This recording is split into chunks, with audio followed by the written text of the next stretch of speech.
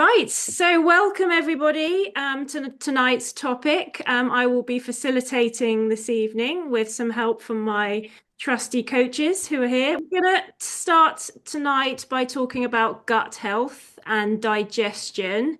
So we're just going to talk, I'm going to try and keep this brief because it's a huge topic actually about what actually happens when food enters your system. But would anybody like to have a go at explaining the kind of the journey that the food takes and what happens? Where does it start?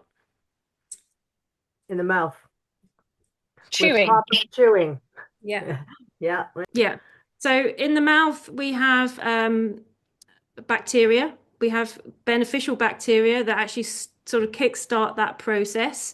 We also have enzymes in our saliva, which start off the digestive process. Obviously, we masticate, we chew, so we're breaking it down. So that's from the moment food goes into your mouth, how you eat that, how well you eat that, and what your bacteria is like in your mouth actually has an impact on the food as it starts to travel down.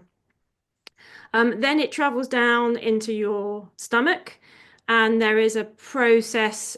We have stomach acid, so it starts breaking down food there. Other stuff's added to it, but essentially it sort of it's there to break stuff down and to store food for gradual absorption later.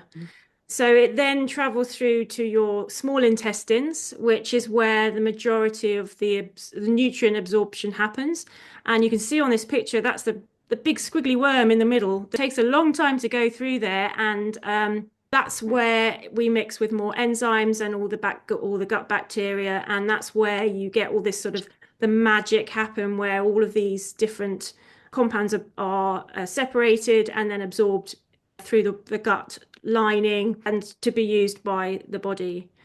After that, it goes into the large intestine, which is essentially, there's a few things it does there, but mostly it removes water from what's left and electrolytes. And then it's becoming like a more solid thing, which obviously then we then excrete out of our body. And anyone guess how long that process takes on average, or the kind of range that we're talking about? Does it vary depending on what you eat, or is it a consistent approach? It does to a degree, yes. So there's a kind of a range, but some foods obviously take a very long time to digest, like red meat, for example. I've heard 56 to 72 hours. Yeah, it can be as long as 72 hours. It's actually it can be a really long time that it takes the food to go through there.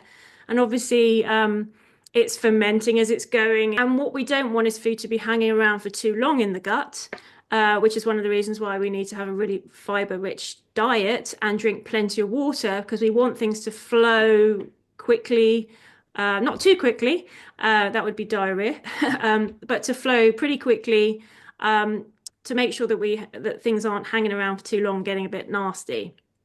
But yeah, it's a very impressive process. It takes a long time for food to be properly processed through the body. Thank you everybody for joining us, and thank you everybody who's watching this, and we will see you all again next Wednesday.